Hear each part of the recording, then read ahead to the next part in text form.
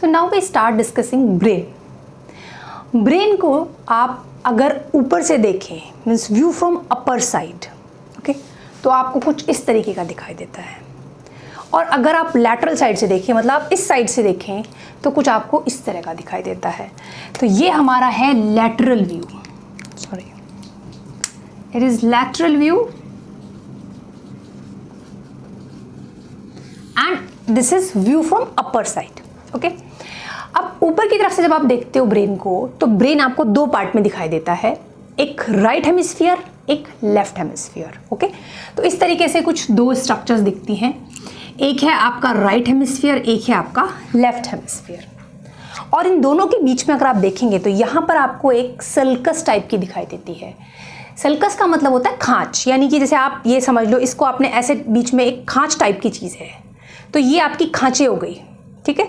हमेशा जो एक खांच टाइप की चीज़ है, यानी कि एक कट टाइप समझ लो एक तरह से, तो उसको हम बोलते हैं सल्काई। और एक जो उठी हुई चीज़ है, जो मेजर इस तरह से टिश्यू दिखाई देता है, उसको हम कहते हैं गायरी। तो ब्रेन में इस तरह के बहुत सारे सल्काई और गायरी होते हैं। जैसे ये जो हो गई सल्काई हो गई, जहाँ पर आपको बीच बीच में डिप्रेशंस दिखेंगे, और जो उठी हुई चीज़ है, रेज्ड जो टिश्यू है, वो आपको गायरी मिलेंगी। तो सल्काई एंड गायरी होते हैं बहुत सारे। जैसे अगर आप देखें कि अखरोट आप निकालें, तो अखरोट के अंदर जिस तरह का दिखाई देता है, कुछ ब्रेन आपको इस टाइप की स्ट्रक्चर दिखाई देती है। तो ये नेचुरल है, नेचर में आप देखेंगे तो अखरोट सिमिलर टाइप की structure, not exactly but most of जो है वो इस तरह से दिखाई देता है। अब आप ये जो बीच में फिशर है, वो है आपकी लॉन्गिट्यूडनल फिशर, जो कि राइट और लेफ्ट को अलग करके रखी हुई है। अब जो राइट और लेफ्ट हेमिस्फीयर है, ये दोनों आपस में जो जुड़े होते हैं, वो एक वाइट मैटर्स के बहुत सबसे बड़े फाइबर से जुड़े होते हैं। तो largest white matter is corpus callosum which connects right hemisphere to left hemisphere. अभी हम इसको डिस्कस करेंगे, कॉर्पस कैलोसम। अब वाइट मैटर क्या होता है, ग्रे मैटर क्या होता है, वो भी हम एग्जैक्टली आपको इसका डिस्कस करेंगे कि एनाटॉमिकली क्या है ये। तो वो कॉर्पस कैलोसम आपका वाइट मैटर है, आप ये याद रख लीजिए, ओके, जो कि राइट एंड लेफ्ट दोनों हेमिस्फीयर को कनेक्ट कर रहा है। अब अगर ऊपर से आप जो देख रहे हैं व्यू फ्रॉम सुपीरियर साइड, तो आपको इसमें जो लोब दिखाई देते हैं, वो सामने वाला फ्रंटल लोब, जो ये लोब है वो फ्रंटल लोब दिख रहा है आपको ऊपर से। साइड में जो व्यू है, जो लोब है, वो पैराइटल लोब दिख रहे हैं आपको। और पीछे की तरफ जो लोब दिख रहा है, वो आपको ऑक्सीपिटल लोब दिख रहा है। ये पीछे का जो लोब होता है वो ऑक्सीपिटल होता है, ऑक्सीपुट कहते हैं उसको, पीछे वाले हिस्से को। तो ऑक्सीपिटल लोब, ये फ्रंटल लोब, और साइड में पैराइटल लोब। पैराइटल लोब याद रख सकते हो, पी से पेरिफेरी, पी से पैराइटल लोब। तो जो पेरिफेरल में है वो आपका पैराइटल लोब है, ठीक है। तो ऊपर से आपको देखने में सिर्फ 3 ही लोब दिखाई देते हैं, लेकिन जब आप लैटरल व्यू देखते हैं, मतलब आप इस साइड से देखते हैं, तो आपको एक एक्स्ट्रा और लोब दिखाई देता है, जो है आपका टेम्पोरल लोब। तो लैटरल से अगर आप देखेंगे तो कुछ ब्रेन आपको इस टाइप का दिखाई देता है, जिसमें ये फ्रंटल लोब है सामने वाला, पीछे वाला ऑक्सीपिटल लोब,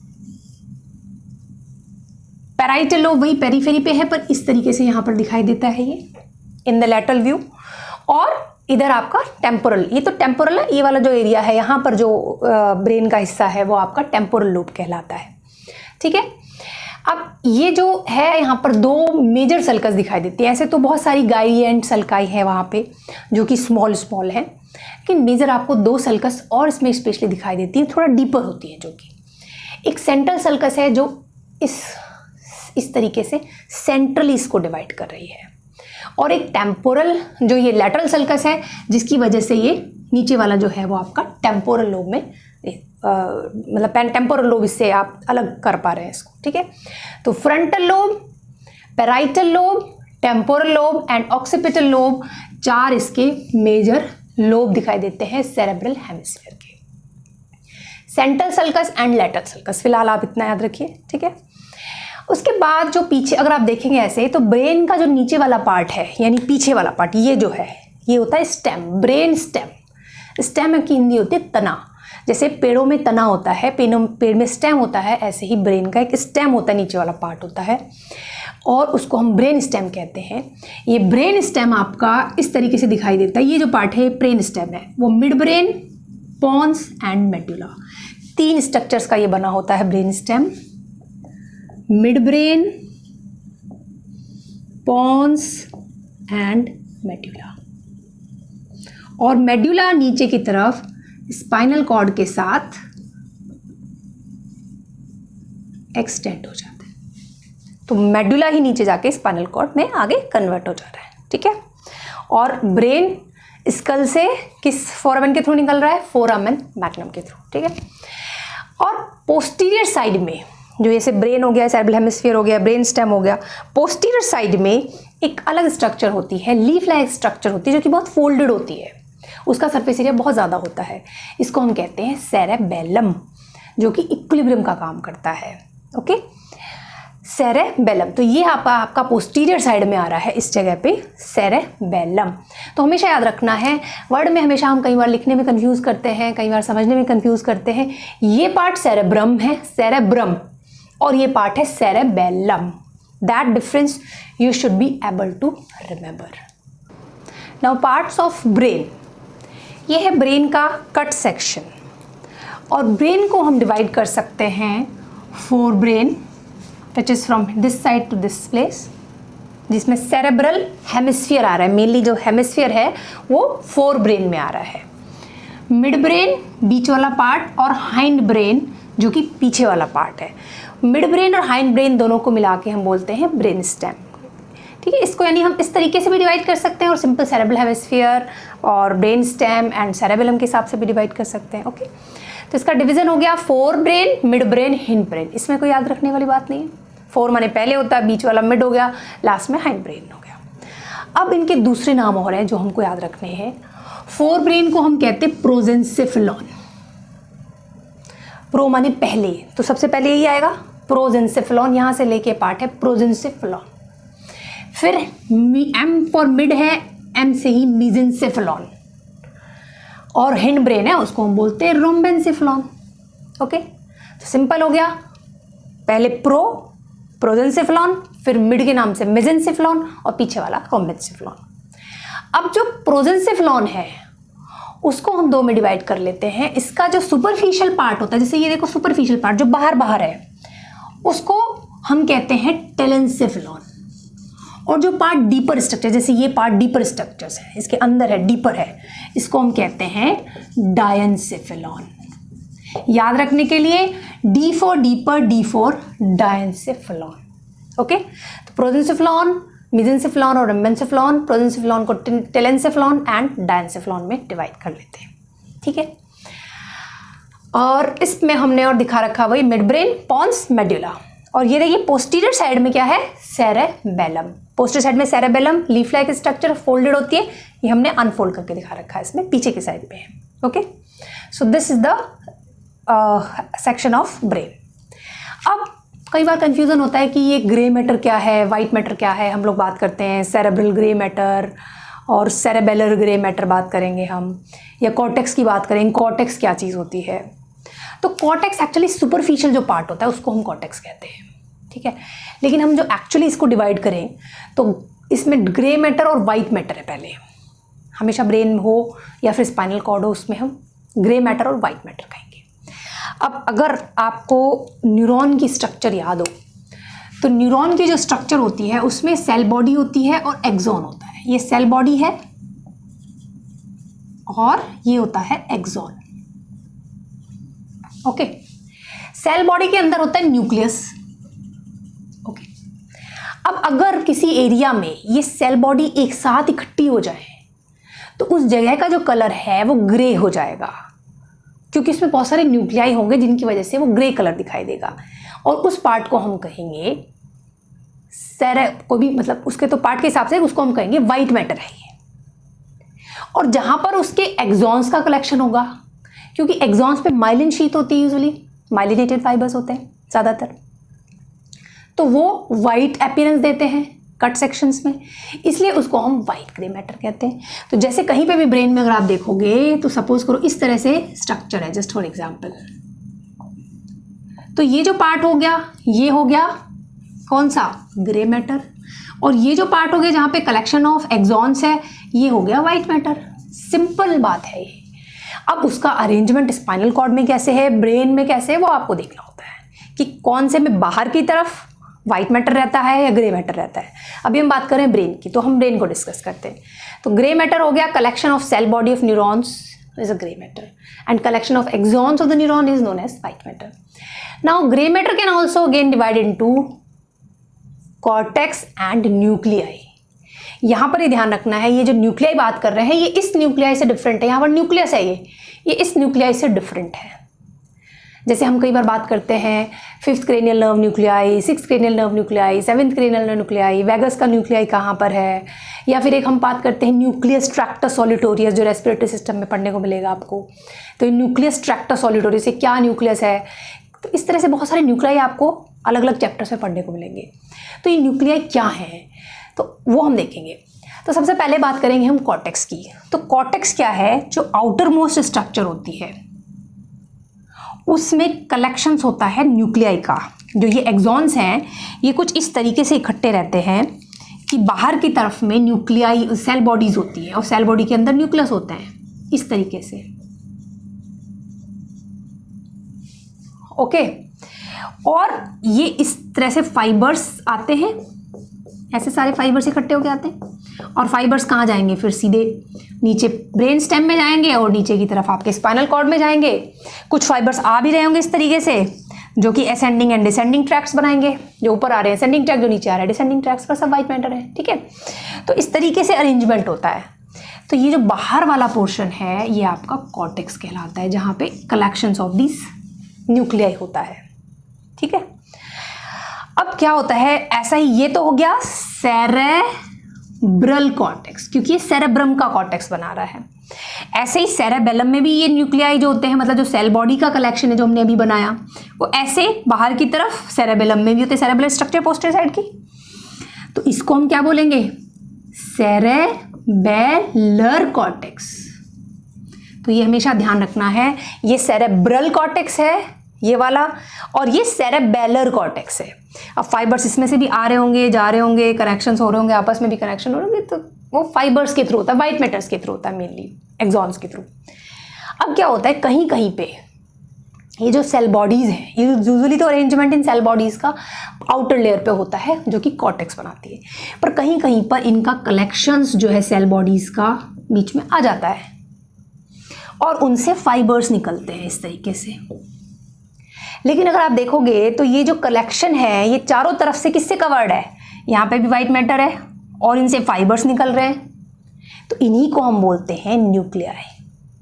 चाहे वो कोई सी क्रेनियल नर्व का न्यूक्लियाई हो, चाहे न्यूक्लियस ट्रैक्टस सॉलिटोरियस हो, अलग अलग जगह पे अलग अलग टाइप के न्यूक्लियाई कुछ पाए जा सकते हैं।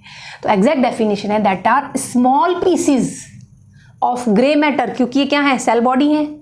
तो small pieces of grey matter या फिर कलेक्शन ऑफ सेल बॉडीज, है ना, सराउंडेड बाय वाइट मैटर। चारों तरफ से कहां से कवर्ड है, ये वाइट मैटर से। तो they are known as nuclei, you understand. और इनसे क्या निकलते हैं, फाइबर्स निकलते हैं जो कि नर्व्स बनाएंगे। कौन सी भी नर्व है उसका जो न्यूक्लियाई है वो कहाँ कहाँ पर है, ये आपको पढ़ना होता है एनाटॉमी में, जो आप इसको पढ़ते हो कि कौन सा नर्व है उसका न्यूक्लियाई कहाँ पर होता है। ठीक है, क्रेनियल नर्व्स का न्यूक्लियाई कहाँ पे होते हैं, तो आप एनाटॉमी में पढ़ते हो। तो ये एक्चुअली बेसिक चीज़ें हैं जो कि आपसे या तो वाइवा में कहीं कोई पूछ सकता है। थ्योरेटिकली ये जो चैप्टर है इसमें थ्योरी नहीं पूछी जाती, यूजुअली यही पूछी, मतलब आपको एक understanding of the nervous system को समझने के लिए इंपॉर्टेंट है। क्योंकि जब तक आपको ये न्यूक्लियाई, वाइट मैटर ये सब नहीं आएंगे तो कहीं पे कोई अगर एक स्पेसिफिक टर्म आ जाती है तो आप नहीं समझ पाते हो। तो ये एक बेसिक अंडरस्टैंडिंग के लिए चैप्टर बहुत इंपॉर्टेंट है। ठीक है, तो ये हो गया आपका वाइट मैटर, ये आपका एक ओवरव्यू हो गया है। ब्रेन में, ब्रेन स्टेम में ऐसी तरह से काफ़ी सारे न्यूक्लियाई होते हैं, जैसे कि basal ganglia, so that is also nuclei, thalamus, hypothalamus, they are also nuclei. So what they are actually, they are actually collection of gray matter, small pieces of collection of gray matter, और you can say जहाँ पे बहुत सारी cell, जहाँ पे कुछ cell bodies इकट्ठी हो जाती हैं वही आपकी न्यूक्लियाई है। तो जैसे बेसल गैंग्लिया है, थैलेमस है, हाइपोथैलेमस है, ये सारे न्यूक्लियाई हैं। ऐसे ब्रेन स्टेम में भी बहुत सारे न्यूक्लियाई होते हैं। ओके, तो जैसे बेसल गैंग्लिया एक्चुअल में क्या है, बेसल गैंग्लिया जो ये आपका फोर ब्रेन है, फोर ब्रेन के बेस पर ये स्ट्रक्चर होती है।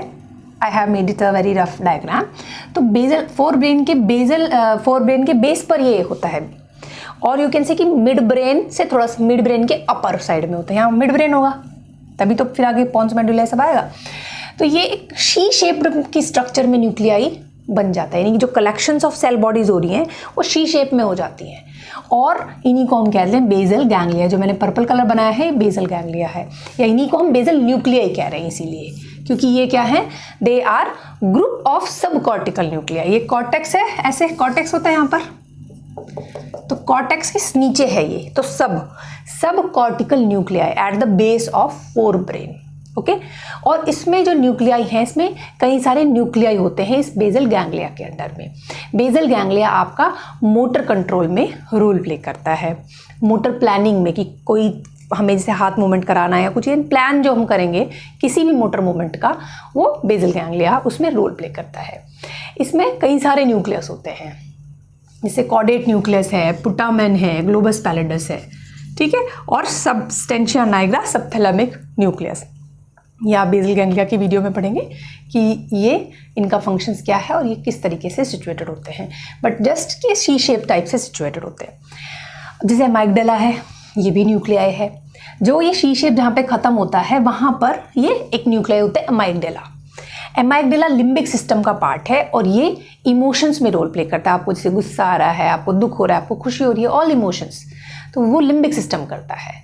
उसमें भी कई सारे न्यूक्लियाइज होते हैं सेम तरीके से। तो आप जब भी कभी इस तरह के डिफरेंट जो नेम्स होते हैं, आप उनको ध्यान देखेंगे कि ये न्यूक्लियाई है या क्या है, ठीक है। न्यूक्लियाई का मतलब ये कि ग्रे मैटर है, यानी कि कलेक्शन ऑफ सेल बॉडी है, यानी कि जो न्यूरॉन्स की सेल बॉडी है वो वहाँ पर है, वहाँ से एक्सॉन्स निकल रहे होंगे, फाइबर्स एज यूजुअल, जो कि एक दूसरे से कनेक्ट रहते हैं ब्रेन के एरिया से। तो ये कहाँ पर है, ये frontal portion of temporal lobe में, ये टेम्पोरल लोब होता है, इस टेम्पोरल लोब के फ्रंटल पोर्शन में इस तरह की स्ट्रक्चर होती है अमाइगडाला, और ये इमोशंस पे रोल प्ले करता है। फिर ऐसे ये थैलेमस हो गया, यहाँ हाइपोथैलेमस होता है, और डिफरेंट स्ट्रक्चर्स होती है। तो मेरे कहने का मतलब ये है कि आप कंफ्यूज हो जाते हैं कि ये कहाँ है, ये कहाँ से स्ट्रक्चर्स बीच में आ गई हैं। तो एक्चुअली ब्रेन में ही इस तरह से कलेक्शंस हैं, और डिफरेंट टाइप की न्यूक्लियाई वहाँ पर होते हैं, और उनसे फाइबर्स निकलेंगे जो एक दूसरे को कनेक्ट करेंगे और अपना काम करेंगे। ओके, अब जो वाइट मैटर है, वाइट मैटर क्या है, कलेक्शंस ऑफ एक्सॉन्स। तो जैसे वाइट मैटर भी आपकी तीन तरह के हो सकते हैं, और भी टाइप से होते हैं, जो मेजर होते हैं तीन तरह से होते हैं। जैसे अब मैंने आपको बताया कि ये आपका ब्रेन है, जस्ट अ रफ डायग्राम, ठीक है। यहाँ पे आपका क्या आएगा, सेरेबेलम ऑब्वियसली पोस्टीरियरली। तो यहाँ पर फाइबर्स, कुछ फाइबर्स ऐसे हैं जैसे यहाँ पर सेल बॉडीज हैं, सेल बॉडीज कॉर्टेक्स बना रही हैं, जो कि सेरेब्रल कॉर्टेक्स। फाइबर्स वहाँ से नीचे जा रहे हैं और एक इन्फॉर्मेशन लेकर जा रहे हैं कि क्या ये इन्फॉर्मेशन फाइनली कहाँ जाएगी, मसल्स को जाएंगी। तो ये कौन से हो गए, डिसेंडिंग फाइबर्स। ओके, और कुछ ऐसे होंगे जो कि जैसे आपके यहाँ पे सपोज करिए स्किन है, टच के रिसेप्टर्स हैं, टेम्परेचर के हैं, पेन के हैं, वो यहाँ से लेके थ्रू स्पाइनल कॉर्ड ऊपर जाएंगे। तो जो सेंसेशन ऊपर लेके जा रहे हैं वो असेंडिंग ट्रैक्ट हो गए, जो नीचे लेके जा रहे हैं वो डिसेंडिंग ट्रैक्ट हो गए। तो यानी कि ये जो बंडल्स हैं टुगेदर, जो ऊपर जा रहे हैं स्ट्रेट और नीचे लेके जा रहे हैं, इनको हम बोलते हैं ट्रैक्ट्स, जिनमें सेंसरी ट्रैक्ट आते हैं, मोटर ट्रैक्ट आते हैं। सेंसरी क्योंकि नीचे से ऊपर जा रहे हैं तो असेंडिंग ट्रैक्ट, और डिसेंडिंग ऊपर से नीचे जाता आ रहे हैं, असेंडिंग ट्रैक्ट है, ठीक है। तो इस तरीके से सिचुएशन है, they are all white matters. फिर इसमें होते कॉम्यूशरल फाइबर्स। अब ब्रेन के दो एरियाज हैं, ठीक है। अब राइट है और लेफ्ट है।